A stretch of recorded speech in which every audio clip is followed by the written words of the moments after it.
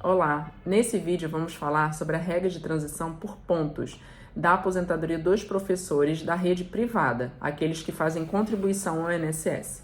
Me chamo Fernanda Diniz, sou advogada especialista em direito previdenciário e benefício do INSS. É um prazer te ter aqui.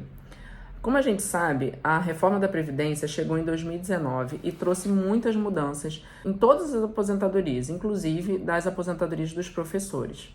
A regra de transição de pontos é uma regra que traz uma exigência de pontuação mínima. O que é essa pontuação? É o somatório da idade com o seu tempo de contribuição. Para essa regra de transição por pontos, você só precisa fazer prova da pontuação, que aumenta 1 ponto a cada ano. Hoje, em 2024, o homem precisa ter 96 pontos e a mulher 86, né? A mulher professora e o homem professor, cada um com sua pontuação, e o tempo mínimo de trabalho, que para o professor são 30 anos de trabalho e para a mulher professora 25 anos de trabalho. Ou seja, você não precisa fazer prova de idade, você não precisa ter idade mínima, você só precisa ter a pontuação, o seu tempo mínimo de trabalho e 180 contribuições de carência. A carência é exigida em todo tipo de aposentadoria, em toda regra de aposentadoria, tá? O que a gente tem relatado muito aqui, que a gente tem visto muito, são clientes que vêm até a gente, clientes professores, relatando que o simulador do INSS tem oscilado muito e trazido muitas informações conflitantes. A cada mês, a cada ano que ele verifica ali o simulador do INSS, ele tem visto que o simulador está mostrando valores diferentes, regras diferentes. E, gente, realmente, o simulador ele é um robô. Ele puxa informações do CNIS, que é o extrato do INSS, e o simulador sempre vai apresentar informações incorretas, informações equivocadas, porque é um robô. Não tem como a gente exigir que o sistema faça uma análise humana perfeita, que não vai fazer.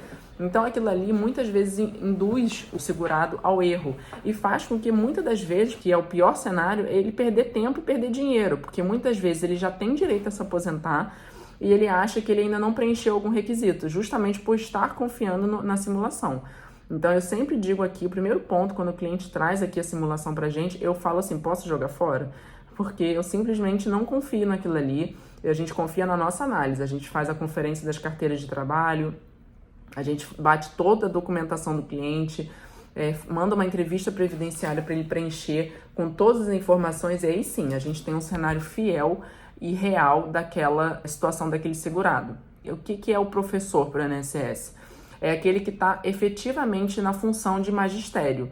E o que é estar efetivamente na função de magistério? É aquele que trabalha no ensino infantil, ensino médio e ensino fundamental. Se equipara também como professor para fins de previdência, para fins de INSS, aquele que está na função de diretor, naquela função de coordenador. Então, todas essas pessoas são consideradas professores para terem direito a uma aposentadoria especial do professor do INSS. O professor de curso, cursinho de pré-vestibular, professor de faculdade, não é considerado professor para o INSS, tá? Não tem direito a essa aposentadoria diferenciada do INSS, tá bom? Então, hoje, é super importante que esse professor, aliás, para todo tipo de segurado, né? A gente sempre fala que se você quer uma aposentadoria boa, com melhor valor de benefício, você tem que fazer um planejamento de aposentadoria. Isso é fundamental. Hoje em dia, depois da reforma da Previdência, quem não faz planejamento da sua aposentadoria, com certeza está perdendo muito dinheiro.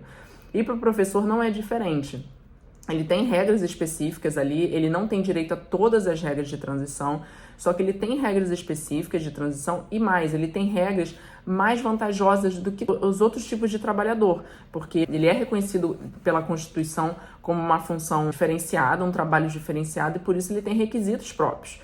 Então, a reforma trouxe algumas diferenças e, com isso, ele consegue se aposentar mais cedo e com valores bons. Mas, para isso, ele precisa fazer um planejamento e não confiar na simulação do INSS.